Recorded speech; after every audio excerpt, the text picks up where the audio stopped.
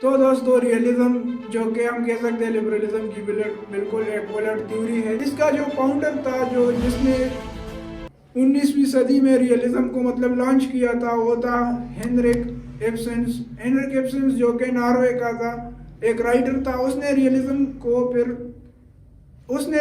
کو لانچ کیا تھا, ریئلزم کی جو تھیوری تھی وہ پیش کی تھی. اس کے علاوہ اس میں بعد میں ایچ کار کا نام آتا ہے, تھامس ہابس کا نام آتا ہے, کینتھ والٹز, اس طرح کے بہت بڑے بڑے نام آتے ہیں ریئلزم میں. لیکن دوستو اصل میں ہمارا سوال ہے کہ ریئلزم کیا کہتا ہے اور یہ کس طرح کی تھیوری ہے. تو جس طرح ہم نے لبرلزم میں پہلے پڑھا تھا کہ لبرلزم میں انڈیویجولز کو زیادہ رائٹس دیے گئے تھے. اب اگر ہم ریئلزم کو دیکھیں تو ریئلزم میں اسٹیٹس کو زیادہ تر ترجیح دی جاتی ہے اور کہتے ہیں کہ اسٹیٹ کا جو انٹرسٹ ہوتا ہے وہ سب سے زیادہ ہوتا ہے, وہ پرماننٹ ہوتا ہے. اگر اس کے درمیان میں کسی شہری کی کوئی انٹرسٹ وغیرہ پامال بھی ہو جائے تو کوئی بات نہیں, لیکن اسٹیٹ کا جو انٹرسٹ ہے وہ پرماننٹ ہے اور ضروری ہے, امپورٹنٹ ہے. اس کے علاوہ اگر ہم ان کی ہیومن بیہیویئر کے بارے میں دیکھیں کہ جس طرح سے لبرلزم ہیومن بیہیویئر کے بارے میں کہہ رہا تھا کہ فرینڈلی ہے, یہ ہے, وہ ہے, تو ریئلزم کی اگر ہم دیکھیں تو ریئلزم کہتے ہیں کہ مین آر پاور ہنگری, انسان ہر انسان چاہتا ہے کہ وہ طاقت میں آئے, ہر انسان چاہتا ہے کہ وہ پاور حاصل کرے, ہر انسان سیلفش ہے, خود غرض ہے. اس کے علاوہ ہر انسان چاہتا ہے کہ وہ سب سے زیادہ پاپولر ہو, ایگوئسٹک ہے انسان. اس میں کہتے ہیں کہ انسان بالکل کوآپریٹیو نہیں ہے, کمپٹیشن پسند کرتا ہے, ہر انسان ایک دوسرے کے ساتھ کمپٹیشن میں, ایک قسم کے ریس میں ہے, سب لگے کہ کون سب سے زیادہ ڈومیننٹ بنے گا.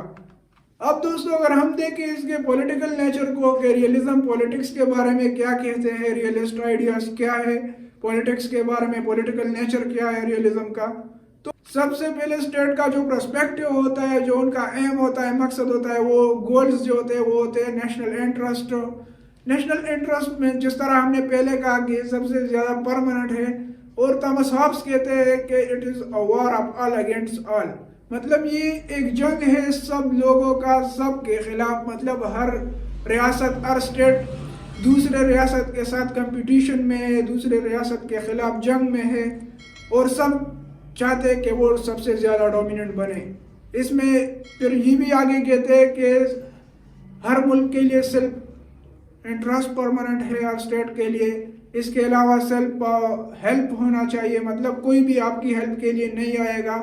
اگر کسی اسٹیٹ کو کوئی ضرورت پڑی, کسی بھی جگہ پر کسی سے جھگڑا ہوتا ہے, کچھ بھی ہوتا ہے, جنگ سٹارٹ ہوتی ہے, تو سیلف ہیلپ پر ہی کام ہو سکتا ہے, آپ کو خود ہی اپنی مدد کرنی ہوتی ہے. اس کے علاوہ جس طرح ہم نے سیلف انٹرسٹ کی بات کی, سروائیول جو ہوتا ہے وہ ہر اسٹیٹ کا ایک اہم ہوتا ہے کہ وہ سروائیول کرے, اور سروائیول وہ اب سیلف ہیلپ کے ذریعے کرے گا کہ وہ خود اپنی مدد کرے گا اور سروائیول کرے گا. سروائیول کے لیے انہیں اپنی پاور کو زیادہ کرنا ہوگا, اپنی ملٹری کو, اس طرح کے اور جتنے بھی پاورز ہیں وہ زیادہ کرنے ہوں گے. ایک انٹرسٹڈ بات یہ ہے کہ ریئلزم میں کہتے ہیں کہ اکنامکس پر زیادہ دھیان نہیں دینا چاہیے, اس کے بجائے آپ کو پاور زیادہ کرنا چاہیے, اپنا پاور بڑھانا چاہیے. کہتے ہیں کہ یہ ایک انارکیکل ورڈ ہے, یہ ایک جنگلی نظام ہے جو انٹرنیشنل سسٹم ہے, اس میں یہ کوئی بھی گورننس نہیں ہے, کوئی بھی قانون نہیں ہے, جو چاہے وہ کر سکتا ہے کچھ بھی. جس طرح سے ہم نے ورلڈ وار 2 میں دیکھا کہ جو مضبوط کنٹریز تھے, اسٹیٹس تھے, وہ کمزور پر حملے کر رہے تھے, ان کو ایکسپلائٹ کر رہے تھے کیونکہ ان کے ساتھ پاور تھا. تو پاور ضروری ہے, پاور ہونا چاہیے, تو اس لیے ہر اسٹیٹ چاہتا ہے کہ وہ سروائیول کرے, اور سروائیول سیلف ہیلپ کے ذریعے کرے. اور سیلف ہیلپ میں ان کو آتا ہے کہ وہ اپنی ملٹری پاور, اس طرح کے اور پاورز وہ بڑھا سکے تاکہ وہ انفلوئنس کر سکے, امپلیمنٹ کر سکے ان کی ڈومیننسی باقی دنیا پر. اس کے علاوہ سیکیورٹی آتی ہے, سیکیورٹی جو کہ ایک ایم ہوتا ہے, ایک مقصد ہوتا ہے تاکہ ہم سروائیول کر سکیں, ہم سیکیور رہ سکیں اور ملکوں سے. تو اس میں پھر الائنسز آتے ہیں ریئلزم میں, کہتے ہیں کہ الائنسز بننے چاہیے سب ملکوں کے درمیان. اور ایک انٹرسٹڈ بات یہ ہے کہ جو پاورفل اسٹیٹ ہوتا ہے وہ اس کی چوائس ہوتی ہے کہ وہ الائنس بنائے کسی کے ساتھ کہ نہیں. جو کمزور اسٹیٹ ہوتے ہیں وہ الائنس کی کوشش میں ہوتے ہیں کہ کسی پاورفل اسٹیٹ کے ساتھ الائنس کرے تاکہ ہم بھی سیکیور ہو جائے اور ایک پاور بن جائے. تو جس طرح سے ہم کہتے ہیں کہ اسٹیٹس میں سیکیورٹی ہونا چاہیے, سیلف ہیلپ ہونا چاہیے, سروائیول ہونا چاہیے, تو پھر جب یہ پاورز بڑھتے ہیں, پاور زیادہ ہوتے ہیں, دن بدن ہر ملک چاہتا ہے کہ وہ پاور میں آئے, تو اس کو پھر آگے کہتے ہیں کہ سیکیورٹی ڈائلیما ہے, کوڈ سے اس کے لیے یوز ہوتا ہے کہ وہ پھر بن جاتی ہے. اس میں سیکیورٹی ڈائلیما اب کیا ہوتی ہے کہ ایک ریس سٹارٹ ہو جاتا ہے, سب لوگ مطلب پاور میں آنا چاہتے ہیں اور یہ ایک نہ ختم ہونے والا جنگ شروع ہو جاتا ہے, ایک پاورز اچیو کرنے کا جنگ.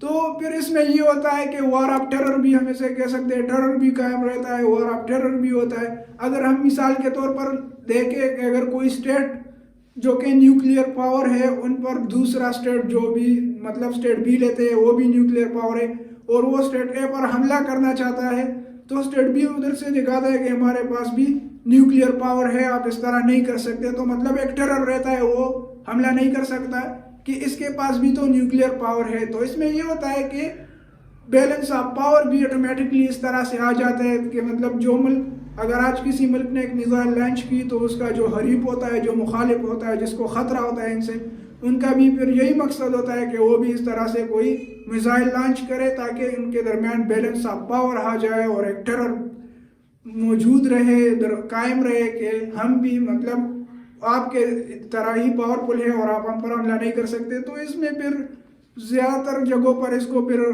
کرٹیسائز بھی کیا گیا ہے زیادہ تر جگہوں پر اس چیز کو کہ مطلب اس میں یہ ہوتا ہے کہ عام ریس سٹارٹ ہوئے جو کہ دنیا کے لیے اچھی نہیں ہے. جس طرح CBNs اگر ہم دیکھیں, ہم نے پہلے ویڈیو میں بات کی ہوئی تھی, جو کہ کیمیکلز ویپنز ہوتے ہیں, بایولوجیکل کیمیکل ویپنز جو ہے. اس کے علاوہ بینڈ ویگننگ کہتے ہیں ایک چیز ہے جس میں یہ ہوتا ہے کہ جو اسٹیٹس ہوتے ہیں وہ ایک ویگن کی طرح مطلب ایک دوسرے سے جڑ جاتے ہیں, الائنس کر جاتے ہیں, جس سے وہ پاورفل ہو جاتے ہیں.